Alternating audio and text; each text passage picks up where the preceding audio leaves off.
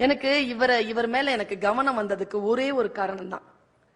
எனக்கு தியானம் எல்லாம் என்னென்னலாம் முதல்ல தெரியாது. அதெல்லாம் அப்படிலாம் உட்கார்றதெல்லாம் என்னன்னு தெரியும். எனக்கு தொழ தெரியும், அவ்வளவுதான்.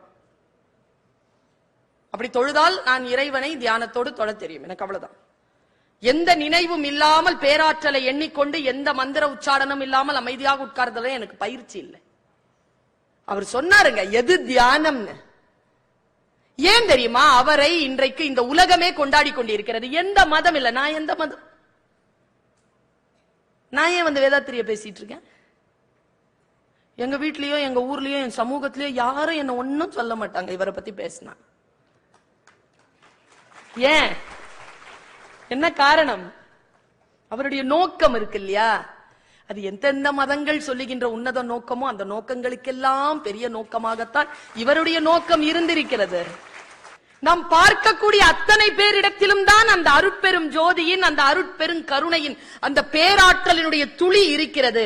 ஆனால் அதை வெளிப்படுத்தக்கூடிய வாய்ப்பு நிறைய பேருக்கு இல்லை.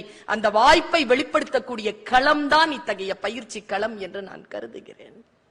இயற்கை நமக்கு கொடுத்திருக்கிறது, நாம் கொண்டு வரவில்லை. அதை விலை கொடுத்து வாங்க முடியாது. அடுத்த தலைமுறைக்கு அதை பாதுகாப்பாக கொடுத்து செல்ல வேண்டும்.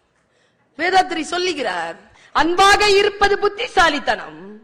அதனால்தான் அன்பு திருக்கோயில் என்று சொல்லாமல் அறிவு திருக்கோயில் என்று சொன்னார். அன்பாக இருத்தல் என் குழந்தைகளே புத்திசாலத்தின் பார்ப்பட்டது. நான் என் சொத்து சுகத்தை, என் அருளை, என் ஆசீர்வாதத்தை உங்களுக்காக விட்டு செல்ல வேண்டும் என்றால் அறிவுடன் இருங்கள்.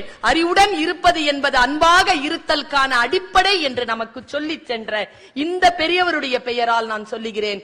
ஒவ்வொரு தனி மனிதனும் மன அமைதியும் மன மகிழ்ச்சியும் கொண்டிருக்கின்ற பொழுது இந்த உலகம் மிக அழகாக இருக்கும். அன்பர்களே வாரி அறிவின் இருப்பிடம் அறிந்து இன்பமுற. அன்பர்களே வாரி